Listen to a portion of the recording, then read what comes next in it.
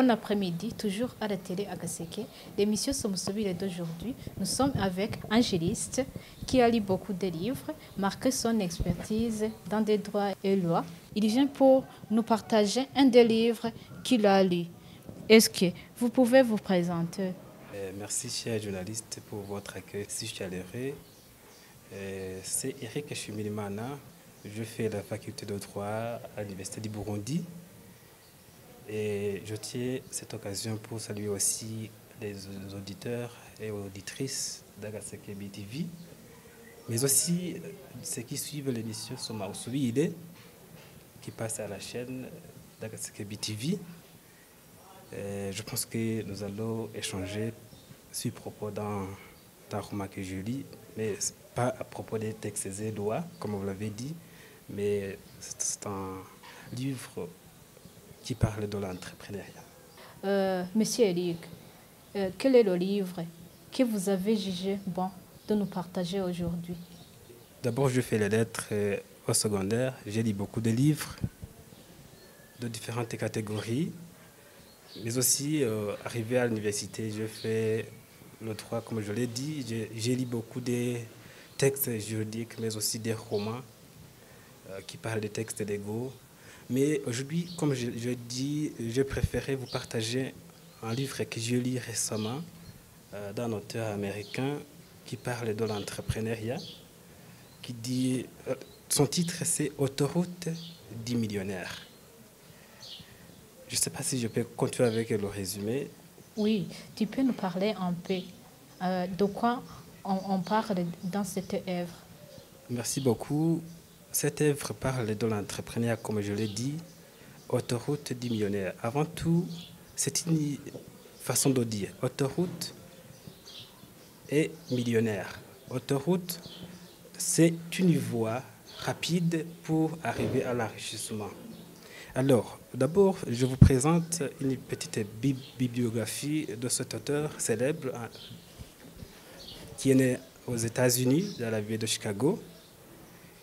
Il fut le chef ou bien à la tête d'une entreprise de location des limousines, actuellement à semi-retraite, mais à la tête aussi d'une communauté de web qu'on appelle Fast Lane Forum en anglais, toujours qui va de pair avec l'entrepreneuriat, qui est constitué de 40 000 entrepreneurs.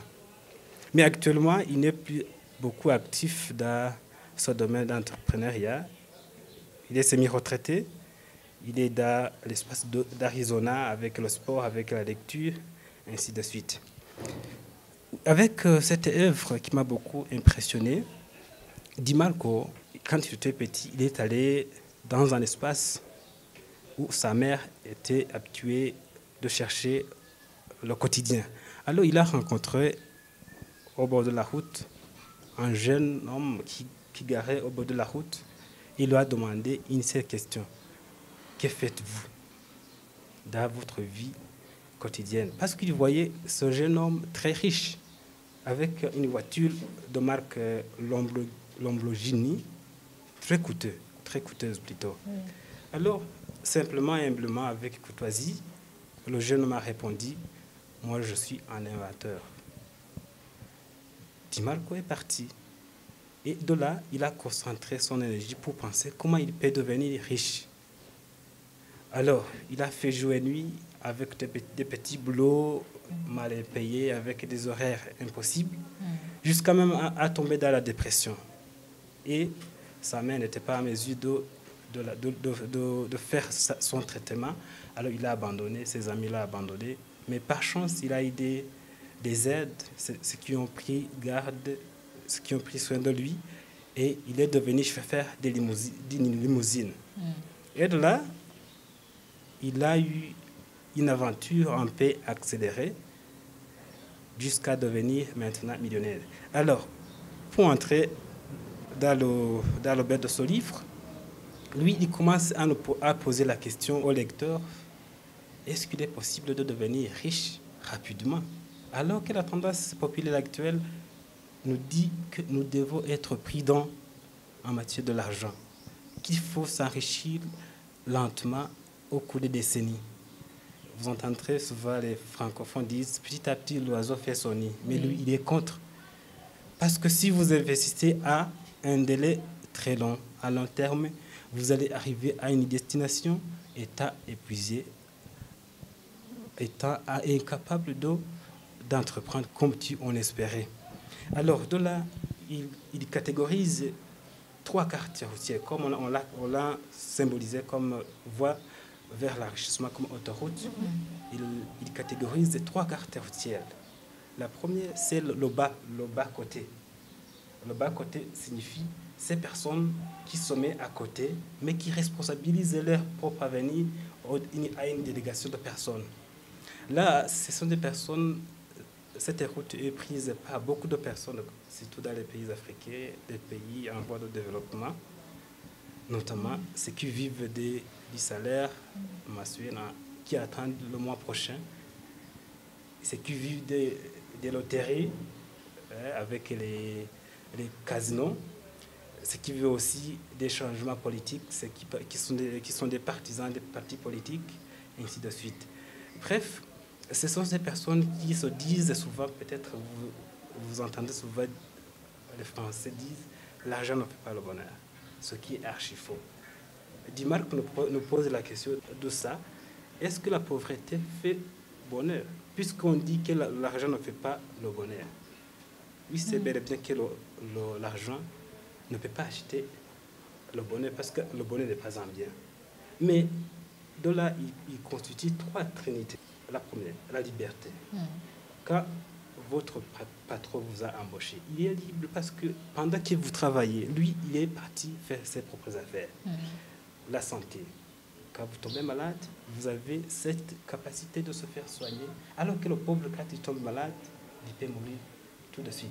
Oui. Mais aussi la relation. Quand vous êtes riche, vous devez avoir des collaborateurs. Vous élargissez l'entourage, bien le monde. Et il nous dit qu'avec les deux, relation et santé, relation et liberté, le bonheur est possible. Mais je souligne que Dimarco, à cette étape,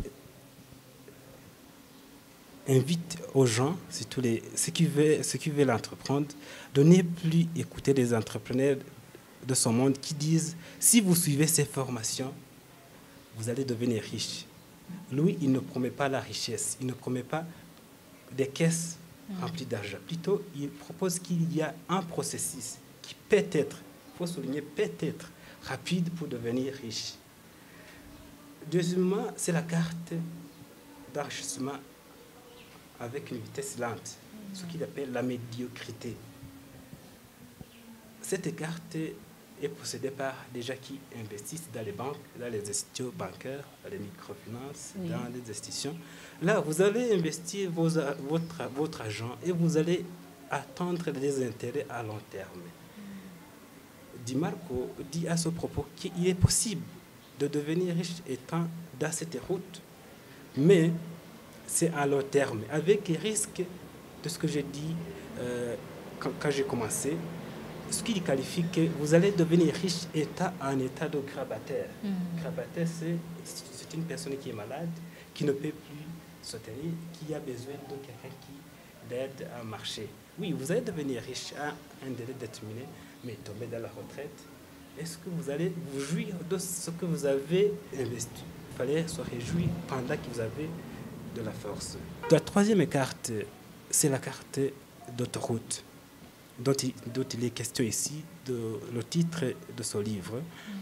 C'est la carte qui est prise par les personnes qui sont capables de tenir une intense réflexion, de détecter les besoins de la communauté, ou bien de la société, ou bien des consommateurs, et chercher à résoudre, ou bien à apporter des solutions. Mais il souligne aussi qu'il ne faut pas aller avec passion, que si vous vous engagez, vous allez avoir des caisses remplies d'argent. Parce que c'est un voyage. La richesse, ce n'est pas une route, mais un voyage plutôt. Et au cours du voyage, vous allez rencontrer des difficultés. Et quand vous affrontez des difficultés, il propose le changement d'air, ou bien le changement de vent. Ça veut dire vous changez la direction sans toutefois perdre la destination. Oui. Il faut toujours viser toujours le devant. À cette étape, il souligne que celui qui s'engage doit aussi avoir l'idée que l'échec n'est pas une honte. Pour ceux qui ont déjà entrepris quelque chose, au premier pas, ce n'est pas toujours la réussite. Si vous subissez un échec plutôt, sachez que c'est une expérience que vous accumulez. Il faut toujours progresser. Mais aussi, il faut calculer les risques. Pour arriver à la destination. Bien sûr. Il faut calculer les risques. Et autre chose, il faut étudier. Pas aller dans les locaux, mais il faut étudier à partir des autres, tout ce que les autres ont fait. Et de là, vous allez d'abord engager 3 choses dans cette autoroute. Premièrement, c'est la détermination. La détermination dit quoi? C'est avoir une vision lointaine à franchir, mais aussi avec une vitesse accélérée. La vitesse veut dire quoi ici dans ce livre, dans cette œuvre de Di Marco? C'est cette capacité de transformer nos idées, tes idées en actions concrètes. Ça veut dire, si vous laissez l'autre réfléchir à ta place, lui, il va progresser et toi, tu seras victime de sa vitesse. Alors que c'est toi qui l'as donné cette chance de progresser. Deuxièmement, c'est le travail. Di Marco dit qu'un bon entrepreneur ne doit pas se concentrer sur le résultat. Le résultat peut être médiocre, mais ce qui est très important, c'est que vous avez engagé vos efforts à un projet quelconque. Alors, il faut travailler. Et troisièmement, c'est le changement. Quand vous trouvez qu'il y a un obstacle, il ne faut pas chercher à balader. Plutôt, il faut chercher à en passer à côté pour quand même changer la direction pour arriver à la destination. Bien sûr. Et voilà, en résumé, ce que Di Marco dans cette œuvre qu'il appelle Autoroute vers la richesse. Est-ce que, M. Eric, vous pouvez nous parler ce que nous enseigne ce livre dans la vie courante? Après avoir lu cette œuvre, j'ai été très touché parce que dans ma vie, je ne savais pas que les 3 cartes existent, mais j'ai vu que je vis surtout dans une route qui n'est pas une autoroute. Et avec le message que j'ai tiré ici, que j'ai pu tirer dans ce livre, d'abord, il faut oser demander, mais aussi il faut oser apprendre à partir de ce que les autres ont déjà fait. Voilà Di Marco qui a osé demander à ce jeune homme, il ne connaissait pas cet homme, mais il a demandé humblement et simplement, et il a répondu. Mais aussi, il faut savoir accueillir les gens qui ont besoin de nous, qui ont besoin de notre aide. Voilà le jeune homme, ne connaissant pas Di Marco, il a répondu avec courtoisie, je suis inventeur. Là, il faut tirer aussi que dans la vie, personne n'est autosuffisant. Nous avons besoin, j'ai besoin de toi et toi tu as besoin de moi. Il faut s'entraider. Deuxièmement, avec le message de Di Marco, il ne faut jamais laisser la responsabilité de notre avenir à une délégation de personnes pour réfléchir à notre place. Par exemple, si vous avez des parents, il ne faut pas laisser toute la responsabilité à tes parents à votre place. Il faut prendre le volant de votre avenir et s'engager et déterminer si vous allez devenir quelqu'un ou quelqu'une dans l'avenir. Et le troisième message, c'est que s'il est possible, il faut se détacher des personnes qui vous découragent, que le chemin que vous avez pris est impraticable. Mais plutôt, il faut s'engager. Et de l'échec, vous allez voir que c'est impossible ou c'est possible. Et même quand tu juges impossible, tu peux faire quand même un essai pour franchir à l'autre étape. Il y a aussi une étape que j'ai sautée. Di Marco, après avoir eu cette chance de commencer sa première entreprise, il est parti de sa ville natale, Chicago, vers Phoenix, avec $900. Il a créé une entreprise sur Internet qu'on appelle Autoroute, non, Limousine.com,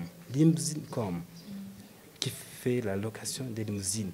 Et il a pensé qu'il est devenu riche, il l'a vendu. Oui, il a su qu'il s'est trompé. À des $150 qu'on lui a offert, et il a dû racheter l'entreprise, et il a vu qu'avec cette pensée que vous êtes devenu riche, ce n'est plus le cas. Il a beaucoup fait des essais jusqu'à devenir des millionnaires. Ce qui veut dire que dans la vie, de l'échec naît l'expérience. Alors, quel est le dernier message que vous pouvez lancer à l'endroit de ceux qui ne lisent pas? D'abord, la lecture présente des aspects dans la vie de ceux qui sont voués à l'intelligence, bien à la connaissance cognitive.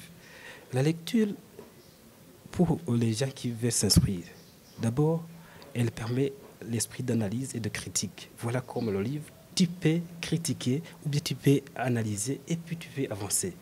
Deuxièmement, la lecture nous permet de développer la mémoire, mais aussi des connaissances cognitives.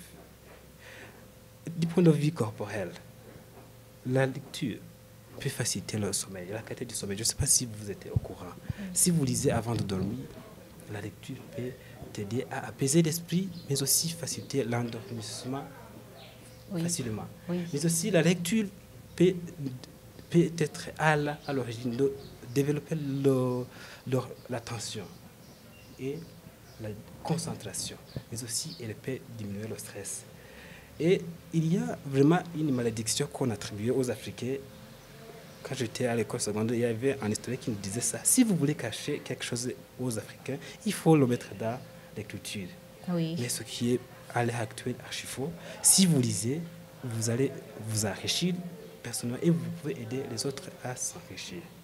Voilà, et la lecture importe beaucoup, raison pour laquelle j'invite aux auditeurs, auditrices d'Agaseke BTV, mais aussi les amateurs des livres et les lecteurs dans son ensemble, vraiment de franchir un autre pas, surtout les Africains, de penser aussi à commencer à écrire, nous aussi à écrire des choses qui peuvent intéresser les autres. C'est ça. Vous venez d'entendre l'importance de lire les livres. Pour moi, lire les livres, c'est la source du savoir. Merci, Monsieur Eric. Merci de venir nous partager ce que tu as préparé aujourd'hui. Je pense que si nous vous appelons dans l'émission suivante, vous allez venir. C'est moi qui vous remercie de m'avoir invité dans cette belle émission que j'ai tant aimée. Et je suis tellement très ravi pour votre accueil sur chaleureux. Et je suis prêt et je suis disponible parce que j'ai beaucoup lu. J'ai beaucoup lu avec les romans. Je pense que ça n'a pas de problème. Actuellement, je ne me focalise pas sur les romans qui parlent de l'amour ou autre, mais surtout de l'entrepreneuriat, de la vie sociale, de la psychologie, aussi de la paix. Je suis disponible au cas où vous aurez besoin de moi. Je suis à votre disponibilité. Et vous, chers téléspectateurs, c'est ainsi que prend fin l'émission.